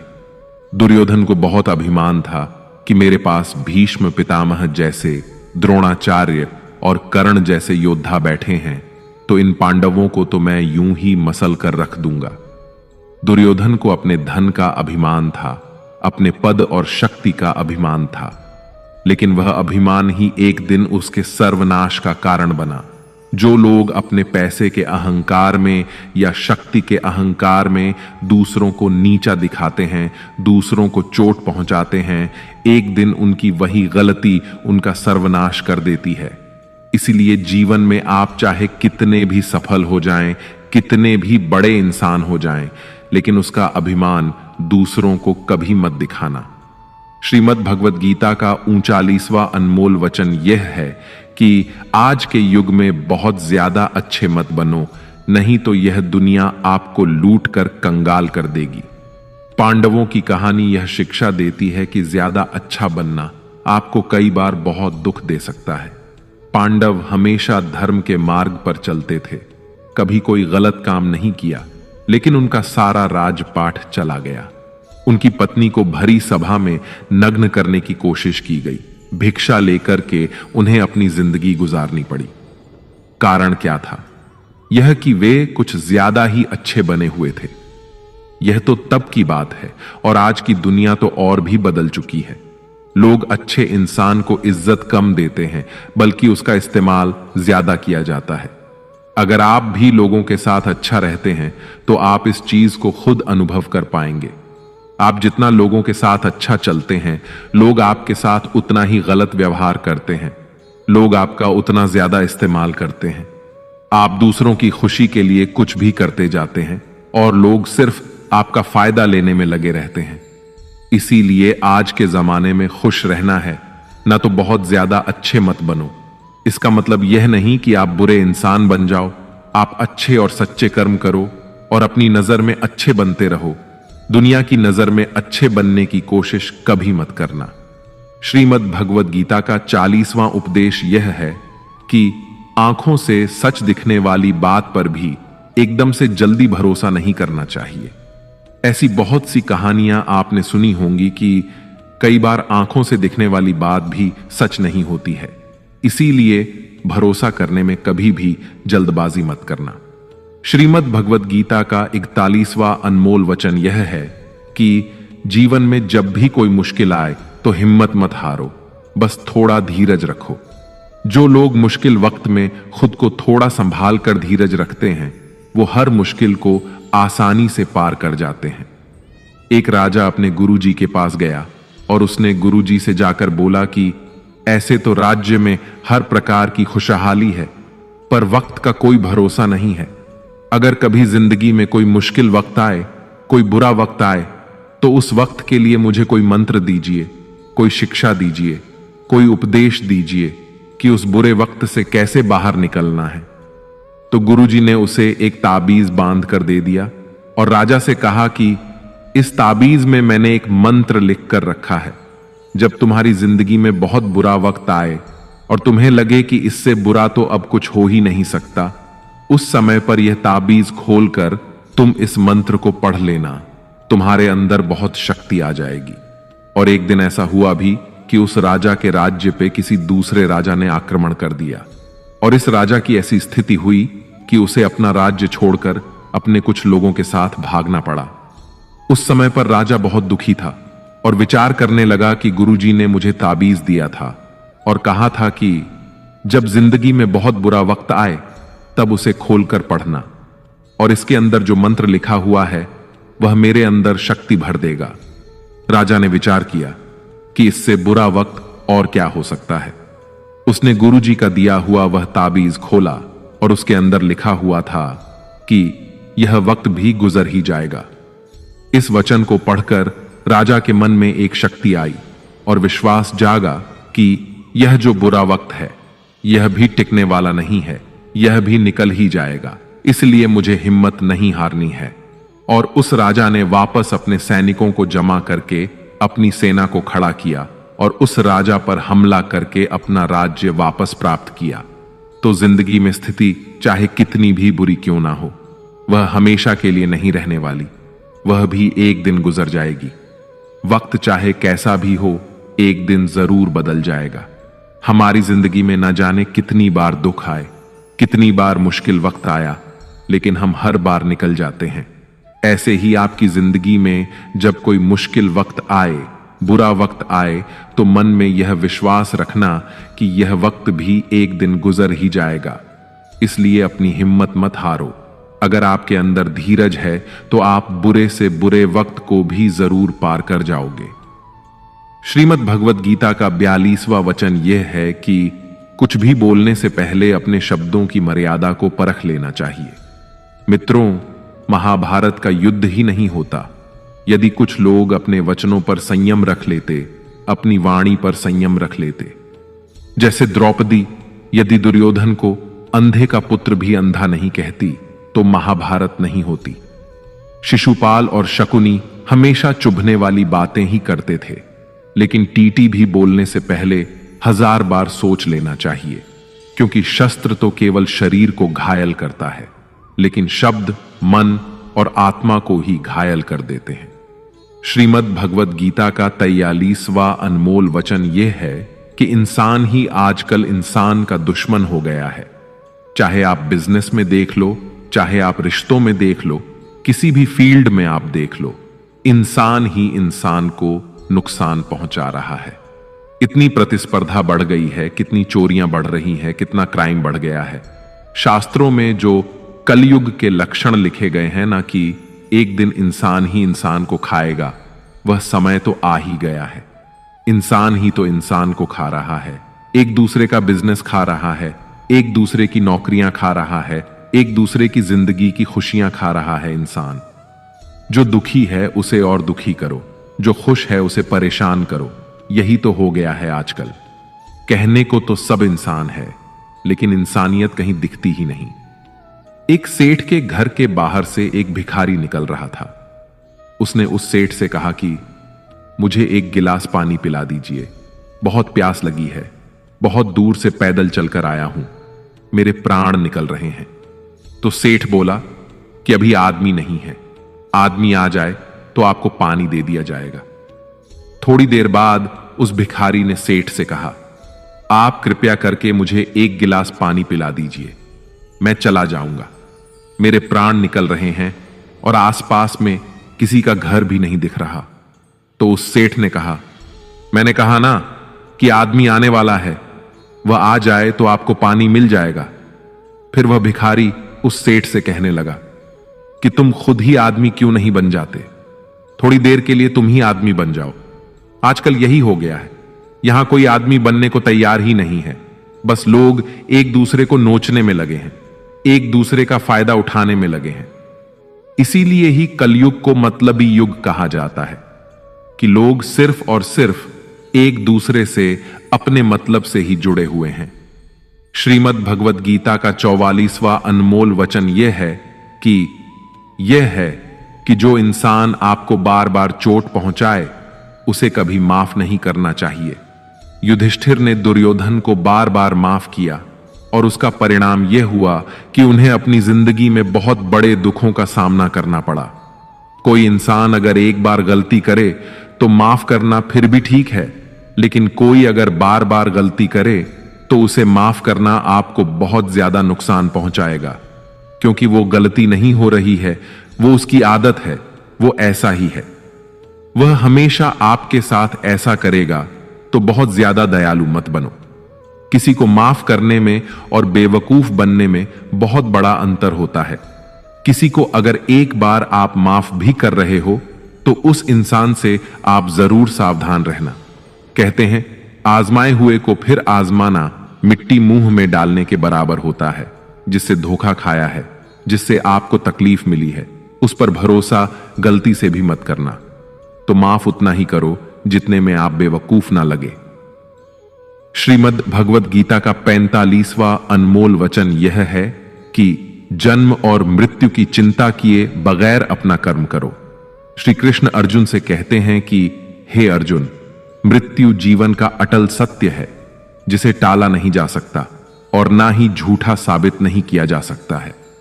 यह शरीर तो किराए के घर की तरह होता है, जहां हम कुछ समय के मेहमान हैं। शरीर नश्वर है, किंतु आत्मा अमर है। जो होना है उसे कोई टाल नहीं सकता, और जो होना ही नहीं है उसके बारे में शोक व चिंता करना स्वयं की परेशानियां बढ़ाने के ही समान है। जो भी जन्म लेता है उसकी मृत्यु निश्चित है, और मरने वाले का पुनः जन्म निश्चित है। इसलिए जो अटल है उसके विषय में तुमको शोक नहीं करना चाहिए। सच्चाई से कभी दूर नहीं भागा जा सकता है, इसलिए सत्य को स्वीकार कर लेने में ही हमारी समझदारी है। झूठ को जानबूझकर सत्य मानकर जीना ही बहुत बड़ी गलतफहमी कहलाती है। स्वयं की व्यक्तिगत सोच गलत फहमियों को भी जन्म दे सकती है, इसलिए स्वयं की व्यक्तिगत सोच को दूसरों पर कभी नहीं थोपना चाहिए। वासना, क्रोध और लालच ये नरक के 3 द्वार होते हैं। बिना मोक्ष के जन्म मरण के चक्र से छुटकारा नहीं पाया जा सकता। जिस प्रकार अग्नि सोने को परखती है, उसी प्रकार संकट वीर पुरुषों को परखता है। बिना किसी पुरुषार्थ के आप अच्छे फल व सकारात्मक परिणाम की कामना ही नहीं कर सकते। यदि आप धर्म के मार्ग पर चलते हैं तो परिणाम की चिंता किए बिना अपने धर्म का निडरता से पालन करें। श्रीमद् भगवत गीता का 46वां अनमोल वचन यह है कि बीते समय को भुलाकर आज में जीने में ही समझदारी है। आप अपने गुजरे हुए बुरे वक्त को भूल जाओ, क्योंकि अगर आप गुजरे हुए वक्त के दुख में जीते रहोगे, उसके पश्चाताप में जीते रहोगे, तो आज भी आप कभी खुश नहीं रह पाओगे। समझदार लोग जो समय चला गया है उसका दुख कभी नहीं करते। आपका बीता हुआ कल कैसा भी क्यों ना हो, पर उसका प्रभाव आपके आज पर नहीं पड़ना चाहिए। जो भी आपके साथ हुआ उससे सबक लो, शिक्षा लो कि अब यह जिंदगी में आगे नहीं होने देंगे हम, और जीवन में आप आगे बढ़ जाओ। कई बार लोग रोते रहते हैं कि उस इंसान ने मेरे साथ इतना गलत किया, इसीलिए आज जिंदगी में मैं इतना दुखी हूं। लोग कोसते रहते हैं दूसरों को कि उसकी वजह से मेरी जिंदगी में दुख है, उसकी वजह से मेरी जिंदगी खराब हो गई है। लेकिन जब तक आप उसे कोसते रहेंगे, आप जिंदगी में कभी खुश नहीं रह पाएंगे, कभी आगे नहीं बढ़ पाएंगे। जो हुआ, जो लोगों ने आपके साथ किया, उसे आप बदल नहीं सकते, लेकिन आपका आज आप जरूर बदल सकते हैं। कल के दुख से छूटना चाहते हो तो कल में नहीं, आज में जीना शुरू करो। आपको ऐसा एक भी इंसान नहीं मिलेगा जो अपने कल में जीता हो और प्रसन्न रहता हो। सिर्फ वही इंसान खुश रहेगा जो अपने आज में जीता है। कल में जीने वाला इंसान किसी ना किसी पीड़ा से जुड़ा होता है, किसी ना किसी दुख, किसी ना किसी पश्चाताप से जुड़ा होता है। कल में जीना आपकी जिंदगी की सारी खुशियां छीन लेगा। तो जितना हो सके अपने पास्ट को भूल जाइए और अपने वर्तमान में जीना शुरू कीजिए। श्रीमद् भगवद गीता का 47वां अनमोल वचन यह है कि जीवन में कई बार नया शुरू करने के लिए पुराने को पूरी तरह से मिटाना पड़ता है। श्री कृष्ण से कुंती ने पूछा था कि हे कृष्ण, क्यों तुमने इतना बड़ा महायुद्ध करवा दिया? तो श्री कृष्ण ने बोला कि अधर्म बहुत बढ़ गया था और इस अधर्म का पूरी तरह से नाश करने के लिए, एक नए युग को लाने के लिए पुराने का सर्वनाश करना बहुत जरूरी होता है। जब कोई भवन पूरी तरह से खंडहर हो जाता है, बहुत पुराना हो जाता है, तो उसे पूरी तरह से तोड़कर फिर से नवनिर्माण होता है। ऐसे ही आपके जीवन में भी आपको कुछ नया करना है तो पुराने को पूरी तरह से मिटाना होगा। श्रीमद् भगवद गीता का 48वां अनमोल वचन यह है कि जो आपके मुंह पर अपनापन दिखाए और आपकी पीठ पीछे आपको नुकसान पहुंचाए, ऐसे लोगों से दूर ही रहना चाहिए। चाणक्य ने कहा है कि ऐसे लोग उस घड़े की तरह होते हैं जिसके मुंह में तो अमृत लगा है, लेकिन जिसके भीतर जहर भरा होता है। आप जिसे अमृत समझकर पी जाते हैं, वास्तविकता में वो जहर ही होता है। तो ऐसे लोगों को जहर की तरह छोड़ देना चाहिए जो अपनेपन का दिखावा करें और पीछे से हमेशा आपको नुकसान पहुंचाए। श्रीमद् भगवद गीता का 49वां अनमोल वचन यह है कि इस दुनिया में जो कुछ भी होता है, अच्छा या बुरा, वह बिना किसी कारण के नहीं होता और कहीं ना कहीं वह हमारे अच्छे के लिए ही होता है। मित्रों, जीवन में कई बार हमें तकलीफों का सामना करना पड़ता है। तब हमें लगता है कि हमारे ही साथ ऐसा क्यों हो रहा है, लेकिन समय के गुजरने के साथ साथ हमें यह एहसास भी होने लगता है कि जो हुआ अच्छा हुआ। एक बार एक गांव में एक गरीब औरत रहती थी। उसको जब बच्चा हुआ तो वह बिल्कुल स्वस्थ था, लेकिन एक बार किसी दुर्घटना की वजह से उस बच्चे के हाथ की एक उंगली कट गई। वह बहुत दुखी हुई कि मेरे बच्चे के साथ ऐसा क्यों हुआ, और वह हमेशा भगवान को इस बात के लिए कोसती थी कि पता नहीं भगवान को मुझसे क्या दुश्मनी थी जो मेरे बच्चे की उंगली काट दी। समय बीतता गया। उस गांव में एक दिन साधु के वेश में एक मायावी राक्षस आया। वह राक्षस अपनी शक्ति बढ़ाने के लिए बच्चों की बलि चढ़ाना चाहता था। वह इस बच्चे को भी बलि के लिए उठा कर ले गया, लेकिन जैसे ही वह उसकी बलि चढ़ाने लगा तो उसे अपने गुरु की शर्त याद आ गई कि तुम जिस भी बच्चे की बलि चढ़ाओगे उसके शरीर के सभी अंग सही सलामत होने चाहिए। लेकिन उस बच्चे की उंगली कटी हुई थी, जिसके कारण मजबूर होकर राक्षस को उस बच्चे को जिंदा छोड़ना पड़ा। और उस दिन उसकी मां को यह एहसास हुआ कि अगर मेरे बच्चे की अंगुली नहीं कटती तो आज वह जीवित नहीं रहता। उसने ईश्वर का बहुत धन्यवाद कहा। श्रीमद् भगवद गीता का 50वां अनमोल वचन यह है कि किसी का भला करके कभी एहसान ना जताएं, अन्यथा वह कर्म शून्य के समान हो जाता है और उससे मिलने वाला यश बेकार हो जाता है। यह सोच करके कभी अभिमान नहीं करना चाहिए कि हमने तो कितने लोगों या जीवों की मदद की है, क्योंकि करने वाले तो स्वयं ईश्वर होते हैं। आप तो मात्र एक माध्यम हैं, कठपुतली हैं। ज्ञान सदैव बुद्धि को उत्तम व श्रेष्ठ बनाता है, इसलिए ज्ञान अर्जित करते रहे और बांटते रहे, ताकि दूसरों का भी जीवन संवर जाए। जो व्यक्ति फल की आशा हेतु कर्म करता है, वह कर्म से ही बंध कर रह जाता है। मेरा, तेरा, छोटा, बड़ा, अपना, पराया मन से मिटा दो, फिर सब तुम्हारा है और तुम सबके हो। फल की अभिलाषा छोड़कर निरंतर कर्म करने वाला मनुष्य ही अपने जीवन को सुखद और संतुष्टिदायक बना पाता है। शांति उसी को प्राप्त होती है जो मैं और मेरा तथा मैंने किया या मैंने बनाया ऐसी लालसा से बाहर आ जाता है। श्रीमद् भगवद गीता का 51वां अनमोल वचन यह है कि जीवन में संतोष रखने वाला ही हमेशा सुखी रहता है। मनुष्य को जो कुछ नहीं मिलता, उसका दुख या शोक करने की बजाय ईश्वर ने जो कुछ भी दिया है उसका आनंद लेना चाहिए। दोस्तों, एक बार की बात है, एक आदमी सागर के किनारे घूम रहा था।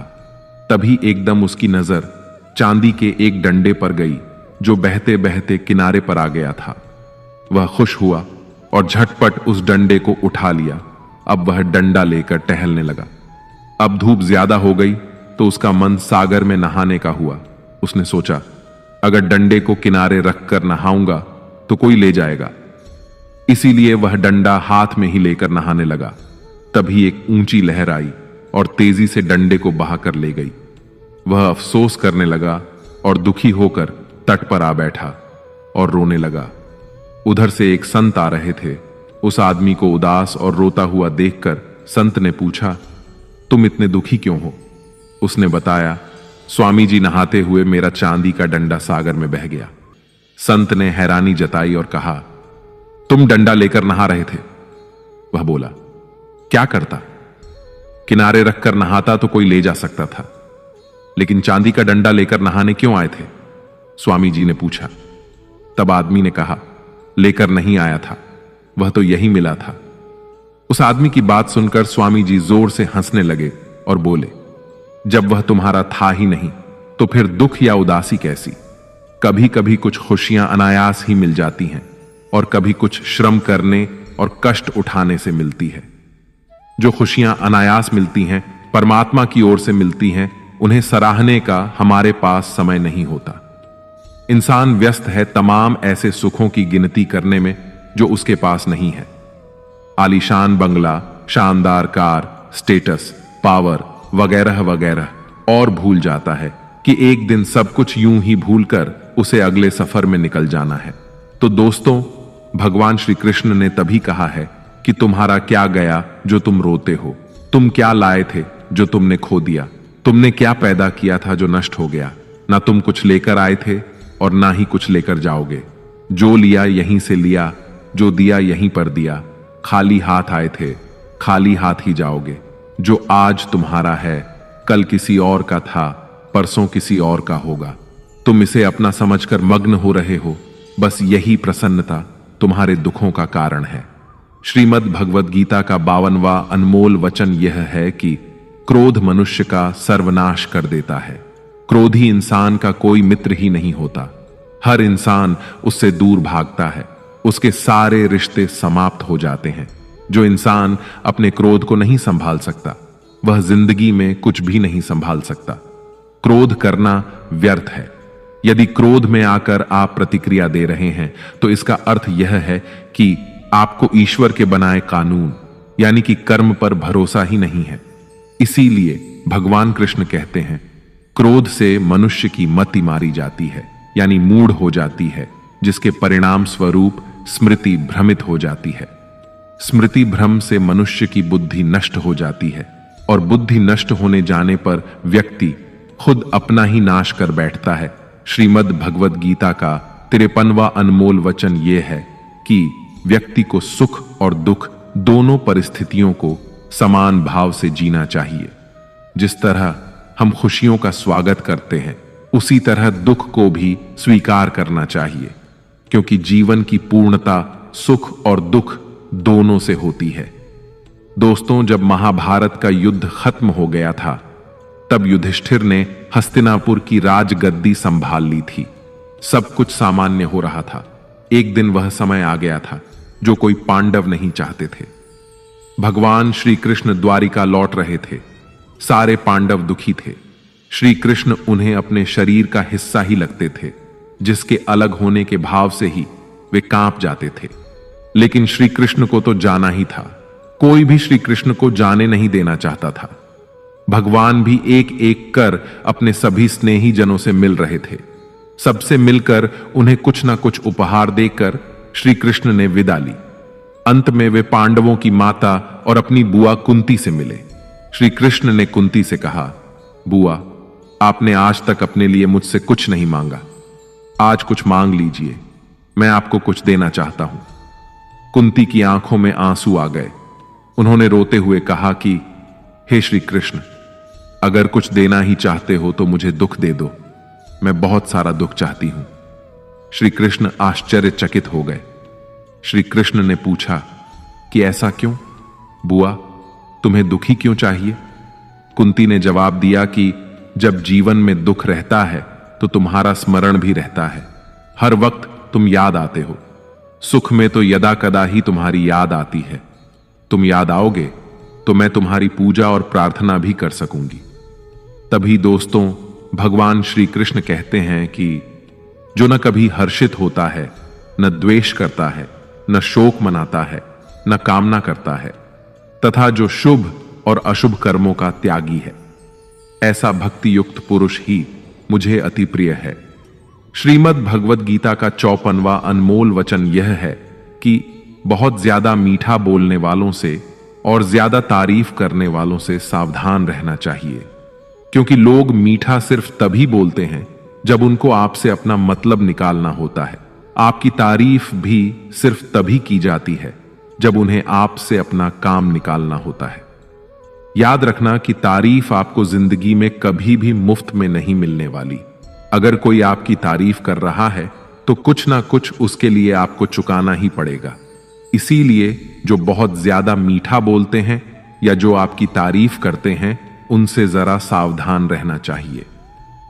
श्रीमद् भगवद गीता का 55वां अनमोल वचन यह है कि अपने मन को शांत रखना सीखो, क्योंकि अशांत मन जीवन में सिवाय दुख के आपको और कुछ नहीं देने वाला, और एक शांत मन आपको जीवन में प्रेम और आनंद ही देगा। दुख और सुख सिर्फ शांत और अशांत मन के परिणाम है।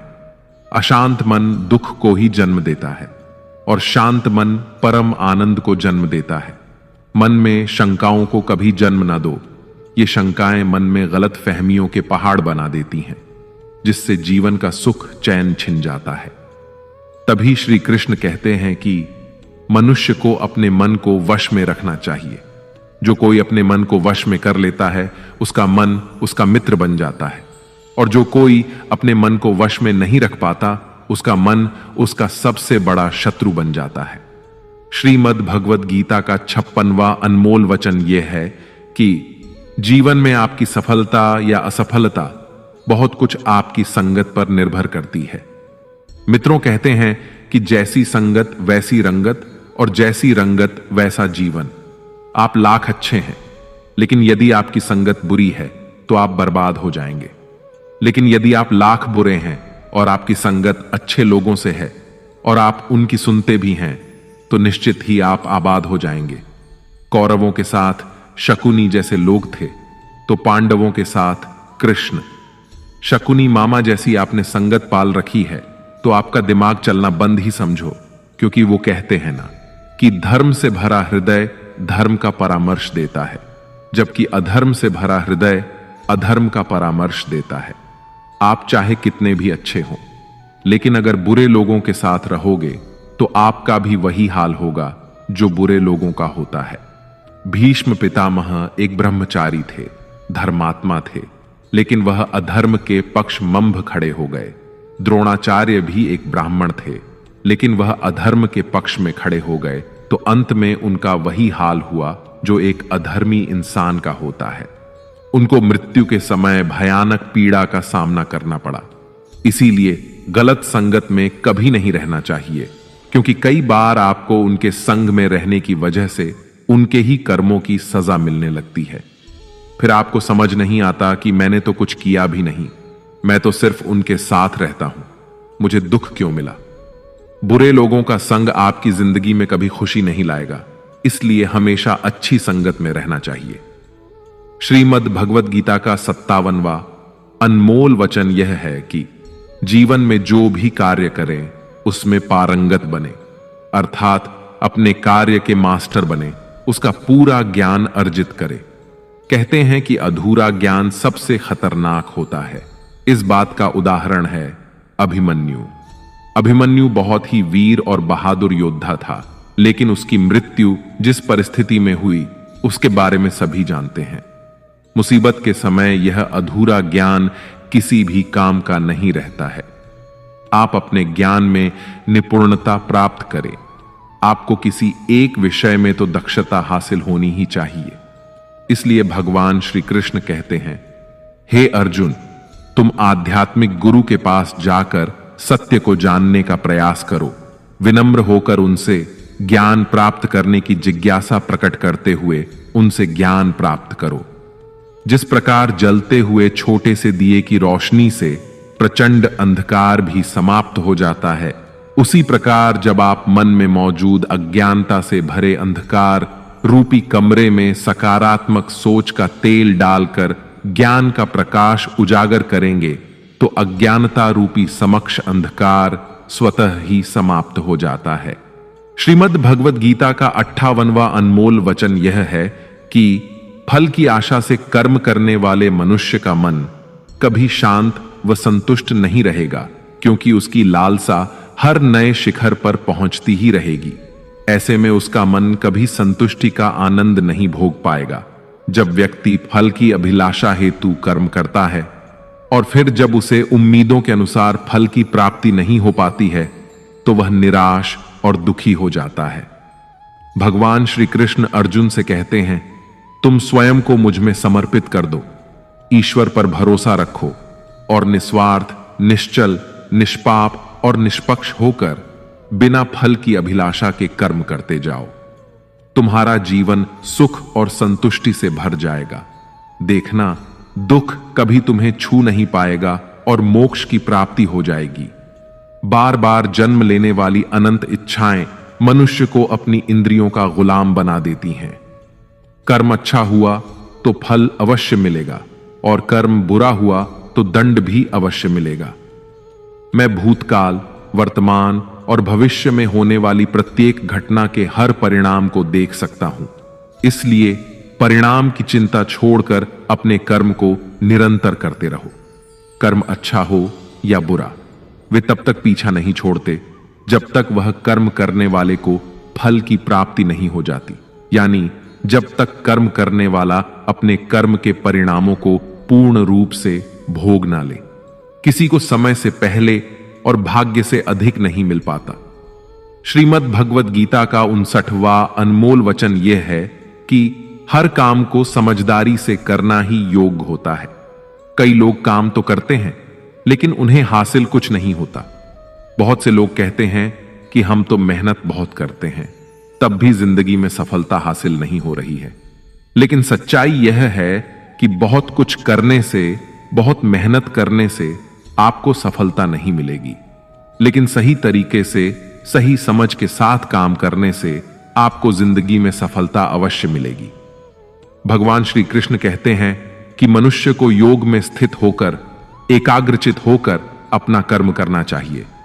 मन को एकाग्र करने से मनुष्य को सही और गलत कार्य में अंतर समझ में आने लगता है, जिससे मनुष्य सही मार्ग का अनुसरण करके अपना जीवन सफल बना सकता है। श्रीमद् भगवद गीता का 60वां अनमोल वचन यह है कि भगवान श्री कृष्ण यह कहते हैं कि जो लोग उनकी इन दिव्य शिक्षाओं पर विश्वास नहीं करते, वे इस संसार के सुख दुख के चक्र से कभी मुक्त नहीं हो पाते। ऐसे लोगों की जीवन यात्रा कुछ समय के लिए खुशी से भरी हो सकती है, लेकिन फिर अचानक कोई दुख आकर उन्हें तोड़ देता है। फिर कुछ समय के लिए खुशी वापस आती है और वे सब कुछ भूल जाते हैं, लेकिन कुछ ही समय में फिर से कोई समस्या उत्पन्न हो जाती है। इस तरह उनका जीवन सुख और दुख के चक्र में फंसा रहता है। लेकिन जो लोग गीता की इन शिक्षाओं को अपना लेते हैं, उन पर विश्वास करते हैं और उन्हें अपने जीवन में लागू करते हैं, वे मानसिक रूप से बेहद सशक्त हो जाते हैं। जीवन की समस्याएं उनके मन पर उतना असर नहीं डालती। ऐसे व्यक्ति हर छोटे दुख में दुखी नहीं होते और न ही छोटी छोटी खुशियों में खुद को खो देते हैं। भगवत गीता का असली संदेश यही है कि हमें जीवन के हर सुख और दुख का सामना कैसे करना चाहिए। यह हमें सिखाती है कि संतुलित मन और धैर्य के साथ हर परिस्थिति में जीने की कला कैसे विकसित की जा सकती है। गीता की शिक्षाओं को मानने वाला व्यक्ति इस संसार के उतार चढ़ाव से प्रभावित हुए बिना शांति और स्थिरता के साथ जीवन व्यतीत करता है। दोस्तों, भगवत गीता में श्री कृष्ण कहते हैं कि जीवन का एकमात्र उद्देश्य परोपकार और भक्ति करना है। जरूरतमंद की निस्वार्थ मदद करना है। जो व्यक्ति निरंतर और अविचलित भाव से भगवान के रूप में मेरा स्मरण करता है, वह मुझको अवश्य ही पा लेता है। कोई आपके साथ बुरा करता है तो आपको उसके लिए चिंतित नहीं होना चाहिए, क्योंकि कर्म और समय उसका हिसाब खुद ही कर देगा। जीवन में वही मनुष्य संतुष्ट रह सकता है जो कम से कम में भी खुश है और अधिक पाने या होने की लालसा नहीं रखता। प्रेम पीड़ा नहीं देता, बल्कि ऐसे इंसान से प्रेम करना पीड़ा देता है जिसे आपके प्रेम की कद्र नहीं होती। तो प्रेम सिर्फ उसी इंसान से करे जिसे आपके प्रेम की कदर है।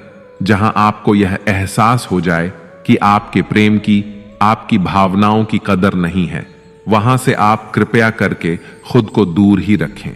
मित्रों, आशा है आज के इस वीडियो से आपको कई प्रश्नों के उत्तर जरूर मिले होंगे और आपको हमारा यह प्रयास अवश्य पसंद आया होगा। आपसे अनुरोध है कि आप इस वीडियो को लाइक करें और अपने अधिक से अधिक परिजनों के साथ इसे शेयर करें।